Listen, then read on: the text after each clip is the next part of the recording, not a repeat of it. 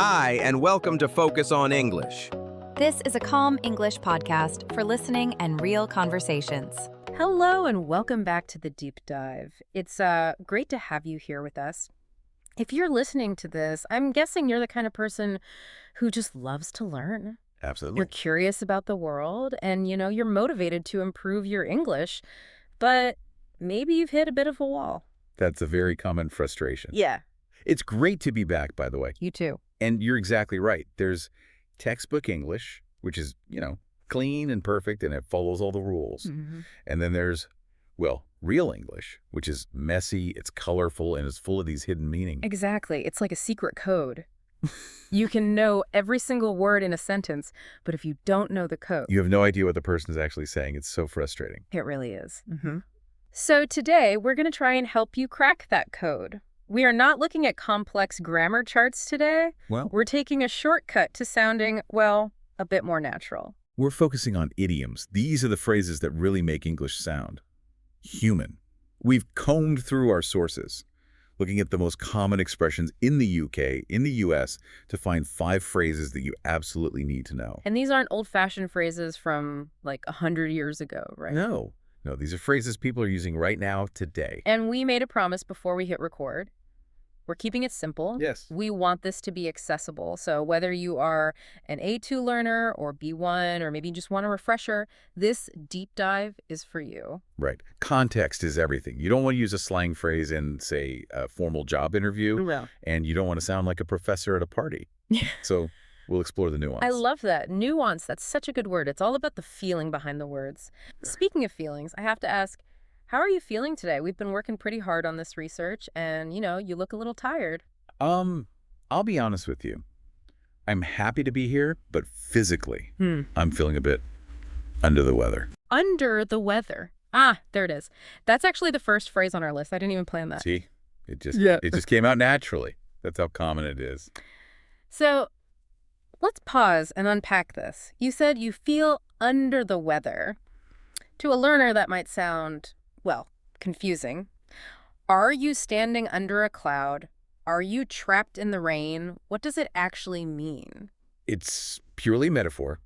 Simply put, it just means I feel sick. Okay. But, and this is the important part, usually means just a little bit sick. Right. I don't have a broken leg. I'm not, having a heart attack. I just feel off. Maybe a headache, maybe a cold, or just really tired. Okay, so this is interesting. Why not just say, I am sick? Why use this code? That's a great question. It's about social culture, really. Yeah. In English-speaking cultures, especially in the UK and the US, we often try to be polite and a bit vague about our bodies. Right. If I tell you I am sick, you might ask, oh no, what's wrong? And maybe I don't want to tell you about my stomach problems. Yeah, nobody wants to hear the gross details while they're drinking their coffee. Exactly. Yeah. So under the weather is like a polite shield. It tells you I'm not feeling 100%, but it also signals you don't need to worry and I don't need to explain. That's a really helpful tip for the workplace. It's very useful there. So if I call my boss because I can't come to work, I can just say, I'm feeling a bit under the weather today. Perfect. It sounds professional but honest. Now, do you know where it comes from? The history. The history is actually quite fascinating. Is it about rain? I'm guessing it's about rain. It's nautical. It comes from old sailing ships. Oh. Back in the old days when a sailor was feeling seasick or ill during a storm, they would go below deck, under the front part of the boat, to get away from the bad weather. So they were literally under the weather. They were literally under the weather to recover. Wow. I love that. So when we use it today, we're borrowing a phrase from old sailors. That's cool. Quick grammar question. Do I say I have under the weather? Like I have a cold? No, that's a common mistake. Yeah. You use the verb to be or to feel. So I am under the weather, or I feel under the weather. Never I have. Got it. I feel under the weather. Well, I hope you feel better soon. Thank you. I'll survive. It's just a small cold. That's good. When people are sick or tired, they can get a little... Small problems start to feel like big problems. Have you noticed that? Oh, 100%. Yeah. When I'm tired, if I don't know, drop my keys or spill my coffee, it feels like the end of the world. Right. And that leads us perfectly to our next idiom.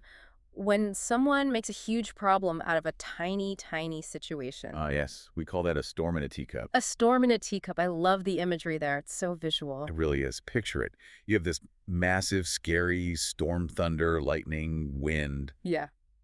but it's all trapped inside a tiny, delicate little teacup. It's ridiculous, right? And that's the point. It means a lot of noise, a lot of anger, or worry about something that is actually not important at all. Is this used everywhere? Or is it more of a British thing? It's very common in the UK and Australia. In the United States, you might hear a slightly different version. They often say, a tempest in a teapot. Tempest in a teapot. That sounds very dramatic. Tempest is just an old word for a storm, isn't it? Exactly, like the Shakespeare play. Yeah.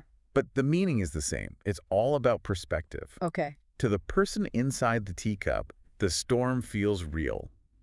But to everyone else looking at the cup, it just looks silly. Let's look at a real-world example, because we see this in offices all the time. Oh, constantly. Imagine this. The office manager changes the brand of coffee in the kitchen. Okay. It's a small change. But suddenly everyone is whispering, why did they change it? This shows they don't respect us. I'm going to write a complaint. Yes, I've seen that happen. Right. And you, looking at this situation, could say, everyone is arguing about the coffee, but it's just a storm in a teacup. By next week, nobody will even care. It's a great way to calm people down, too. But you have to be careful, right? How so? If I tell my angry friend that his problem is a storm in a teacup, he might get offended. That is a very, very good point. It can sound a little dismissive. Yeah. You're basically telling them your feelings are too big for this small problem. So maybe don't say it directly to their face while they're shouting. Probably good advice. Yeah. Use it to describe the situation later. Right. But, sometimes things aren't just a storm in a teacup. Sometimes something actually bad happens, a real crisis. True. Life isn't always easy. Sometimes the storm is real. Okay, imagine you're at the airport. You're about to fly to another country. Mm-hmm.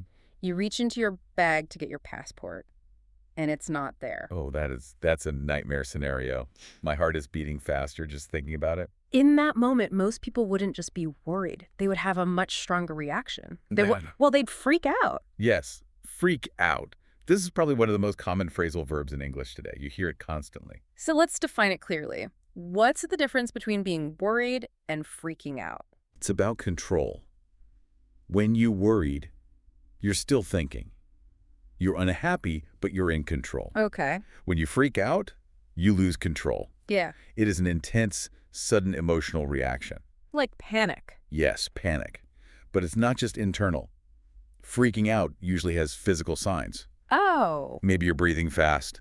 Maybe your voice gets high and loud. Maybe you're waving your hands around. So in the airport example, I realize my passport is gone. I start dumping everything out of my bag onto the floor. I'm sweating. I'm shouting, where is it? I can't miss my flight. Exactly. You are freaking out. You have lost your cool. Now, grammar check. Yeah. This is a phrasal verb. Can I split it up? Yes, you can. And this is where it gets interesting. You can freak out, meaning you're panicking. For example, I freaked out when I saw the spider. Right. But you can also freak someone out. Oh, that changes the meaning, doesn't it? It does. If you freak someone out, it means you scare them or make them feel very uncomfortable. Like if you hide behind a door and jump out to scare your friend might say, don't do that. You freak me out. That's a really important distinction. So I am freaking out is me panicking. You are freaking me out means you are scaring me. Precisely. And there's one more layer. In slang, especially with younger people, freak out can sometimes be positive. Really? How does that work? It's about extreme excitement. Imagine you're a huge fan of a band. You see this singer walking down the street. You might call your friend and say, I am freaking out right now. I just saw him. Ah, I see. So it's just about an explosion of emotion. Could be fear, anger, or excitement. Right. But usually, if we don't have context, we assume it's negative. 90% of the time, it means panic. Okay, so let's go back to the airport. I'm freaking out. My clothes are on the floor. People are staring at me. I'm a mess. It's a total mess. What does my travel companion need to tell me? They need to give you some tough love. They need to tell you to pull yourself together. Ooh, pull yourself together. That sounds strong. It sounds a bit like an order. It is strong. It's not a soft suggestion. You wouldn't say this to someone who is just a little sad. Yeah. You say this to someone who's freaking out and needs to stop immediately. I love the visualization of this idiom, pull yourself together. It implies that when you panic, you You fall apart. You're in pieces. That's a beautiful way to put it. Yeah. Yes. Your emotions are scattered everywhere. Right. So the command is, grab all those pieces of your mind, put them back in order, and become solid again. It's basically a stronger way of saying calm down, right? It is, but calm down is more about lowering your energy. Pull yourself together is about function. It means stop crying, focus your mind to take action. That's a key difference. So in the airport, my friend says, hey, pull yourself together. We need to find the lost and found desk. Crying won't help. Exactly. It's a call to action. It's very useful in high-pressure situations. Is it rude, though? It can be. If someone is grieving, let's say their dog just died, Mm-hmm. and they are crying, you should not tell them to pull themselves together. No. That would be very insensitive. They are allowed to be sad. Right. So we only use it when the person needs to complete a task or when their reaction is just unhelpful. Yes, it's for when practical action is required. I know you're nervous about the speech, but you have to pull yourself together and walk on stage. That makes perfect sense. It's about resilience. It is, and honestly, learning a language requires that kind of resilience too.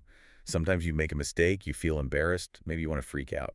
But you have to pull yourself together and keep talking. Exactly. And when you do that, when you push through the fear and you finally understand something complicated, that feeling is just amazing. It is. It's the best feeling in the world. In fact, you might say that the feeling blows you away. And that is our final idiom for today. To blow away or to be blown away. This is a very positive, high-energy phrase. Now, I want to be careful here because of the grammar. We have blow up, which means to explode, like a bomb. Yes. We have blow away. What's the difference? Huge difference.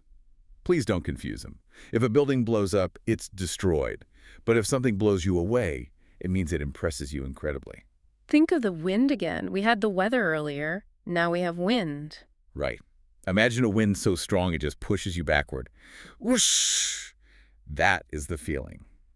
But in this idiom, the wind is something beautiful or talented or shocking. So if I see a movie and the special effects are just unbelievable, I sit there with my mouth open. You would say, that movie blew me away. Or using the passive voice, I was blown away by that movie. Which one is more common, active or passive? They're both very common. Native speakers use both. Her voice blew me away, or I was blown away by her voice. It just implies a sudden, powerful impact. It's so much stronger than just saying it was good. A much stronger. Good is boring. Very good is okay.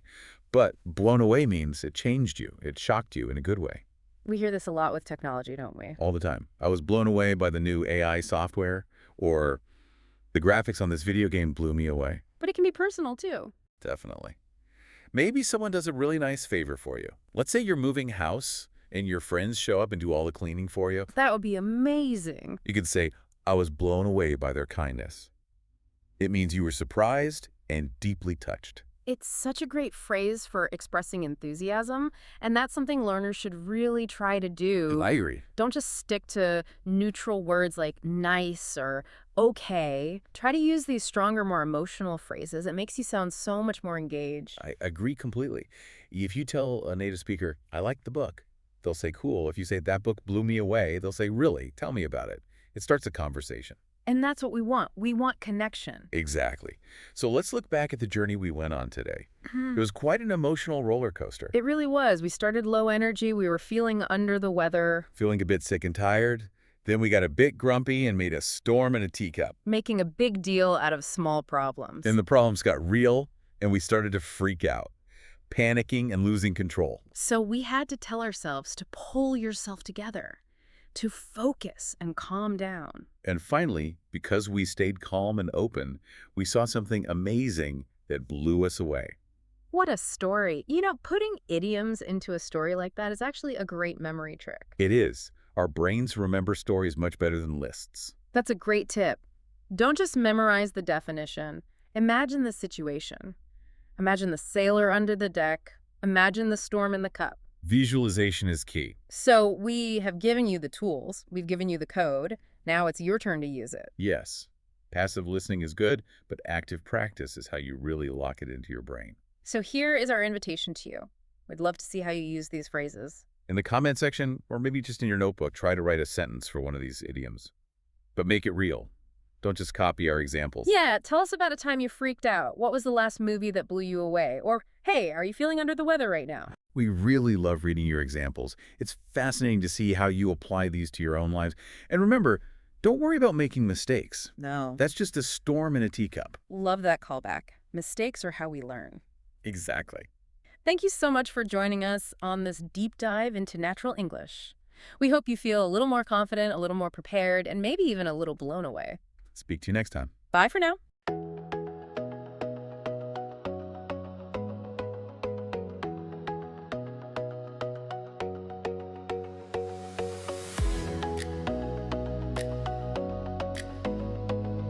Thank you for listening. If this podcast helps you practice English, feel free to subscribe. See you next time.